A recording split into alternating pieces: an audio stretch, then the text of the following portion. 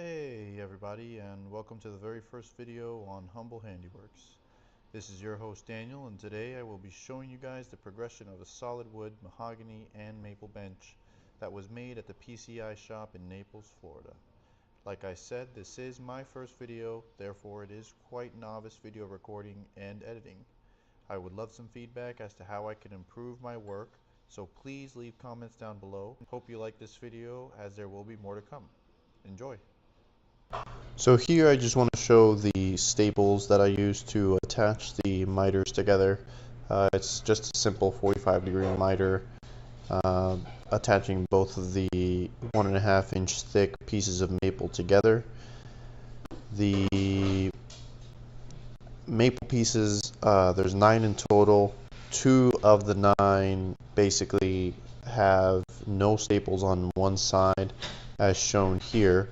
The reason for that is because they're going to be on the outside and you don't want to see staples on the outside of the piece. So there are 9 of the maple pieces, 1.5 inch thick, and there are also 9 of the there are 8 of the mahogany pieces that are 3/4 inch thick. The mahogany basically gets sandwiched in between 2 pieces of maple. I use brad nails to hold it in place, and then I use 1.25 inch screws to screw it down, as well as some glue, just regular Type Bond to basically keep it in place forever. So I made that jig that you see there with those Bessie clamps to hold them upright. Basically just kind of put 2 pieces of wood together holding the bottom parts, that way they stay in place. It was a little annoying because it was standing upright, so for some reason the Bessie clamps just kept falling down, so you'll see that at one point. The screws that I used here to go through the 1.5 inch maple, I used 2-inch screws. I pre-drilled with an 1/8 inch drill bit, and again I used the brad nail to hold everything in place. I clamped down the maple because it is extremely hard and tough to drill. Therefore, when I clamp it down, it eases up on the drill a little bit, and also it keeps things nice and tight so that there's no gaps in between the maple and the mahogany.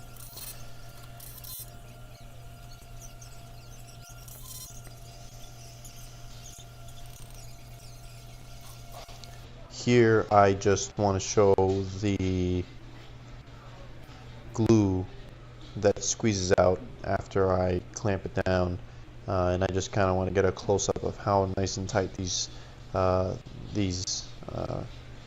pieces are coming together. This was a very long process. We're talking about 17 pieces of wood that each have to get glued down, screwed, and put together.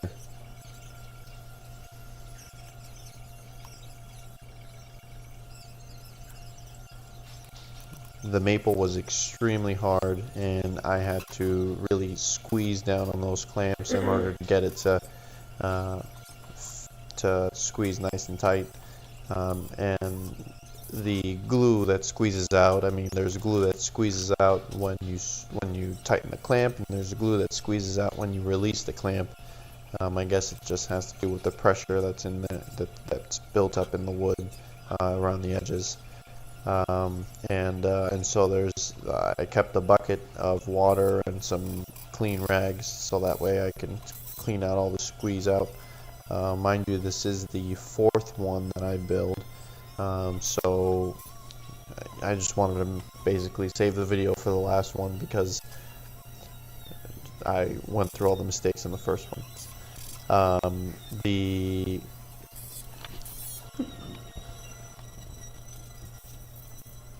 I'm using a flathead screwdriver to basically just get all the glue out with the rag. Some of my co-workers were sanding out in the back, and therefore I had to put on my mask. It was getting pretty dusty in there, and I I want to do this for a while, so I like to take care of my lungs.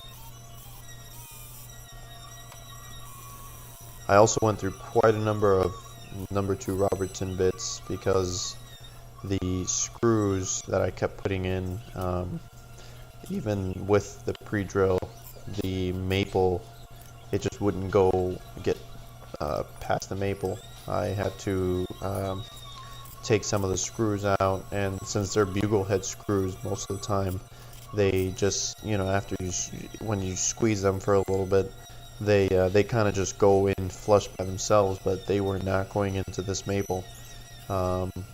Here I'm also taking this square, this framing square, to kind of make sure that everything is nice and straight on one side. You'll see a little bit later on that even doing this, you can't get it to be perfect. These pieces were all planed at the same size. They were all passed through the jointer so that they weren't curved or cupped, and they were all sanded using a drum sander at 120 grit.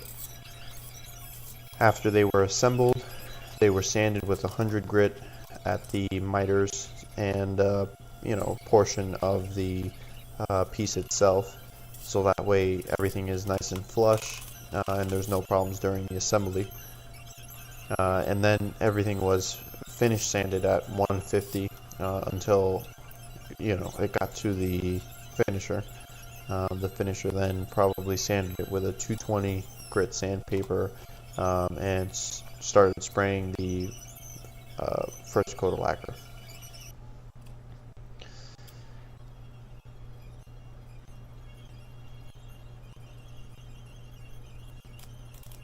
We're almost getting up to the end here. I didn't want to bore you guys, so I skipped through a lot of it.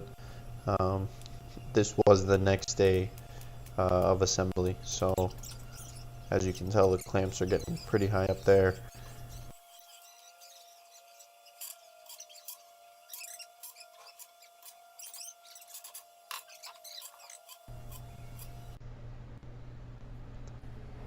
Here I just wanted to show you how I set up the pocket hole jig from Craig. I think it's the K4 system. I set both of the drill bit and the actual piece at 1 inch.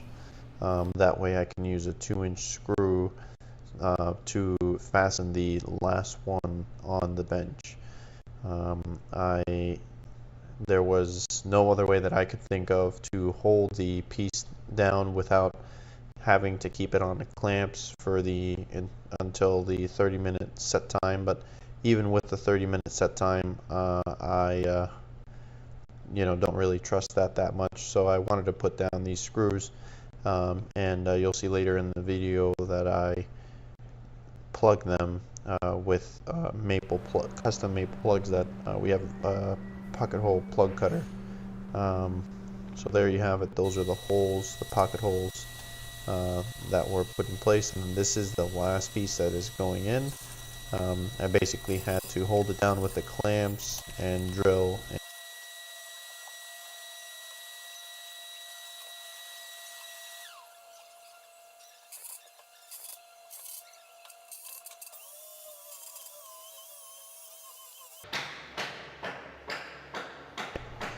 Here, I just wanted to show that it wasn't perfectly straight. There was a little bit of a wobble to it, so when I would have put the base, which is a square, more like a rectangle, it wouldn't have gone on there nice and flush. And so I just took a belt sander and I just belt sanded it until it was all nice and flat and there was no curves. And I had to do that to the bottom and the side. Here is where I put the base on the, it's basically a base made of mahogany. As you can see there, it's all mahogany. It's 1-inch mahogany planks that I put together with a 45-degree miter so that there's no end grain that shows, and very little visible joint lines. We attached the first part of the base with the screws to the bench that we assembled previously, and then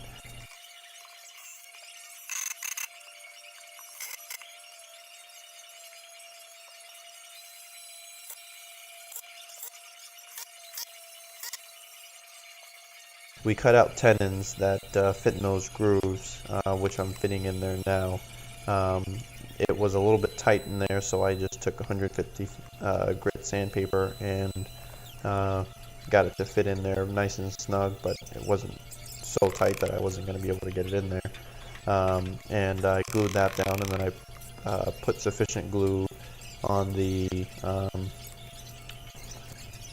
other part of the joint.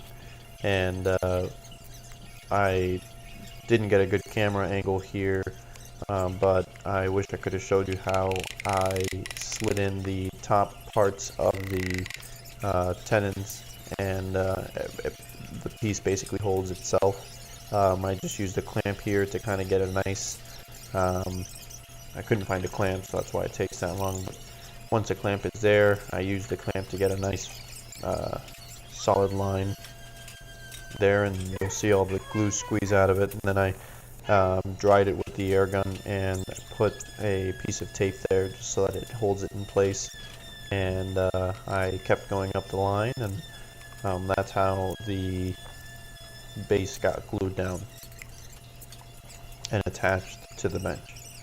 I repeat this on both sides, and this bench. Now I am going to plug up the holes while the miters on the bases are drying. I was running out of glue in that bottle, and I was being lazy, and I didn't want to refill it. So I just put a little bit of glue in there, and the first one that I filmed, I just wanted to keep it in there because this stuff happens all the time. It broke while it was in there, and so I had to get it out and use another one.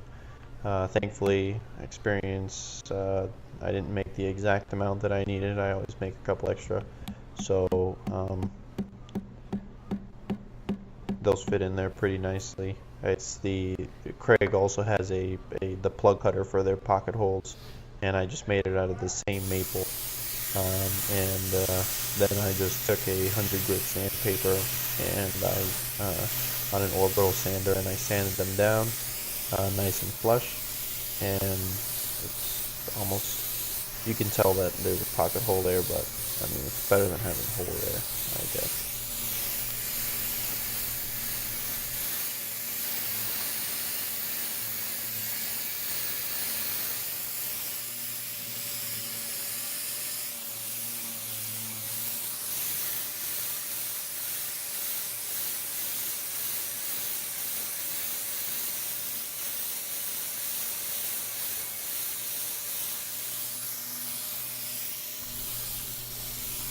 And there you have it.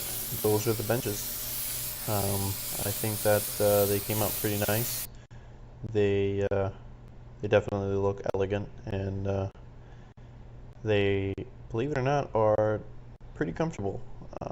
I thought in the beginning that the design was a little bit weird, and that it might make your butt feel weird when you're sitting on it, but they actually don't, and they're pretty comfortable. The height was just right. I'm actually pretty happy with it. So thanks for watching, and hope to see you on the next video. Thanks.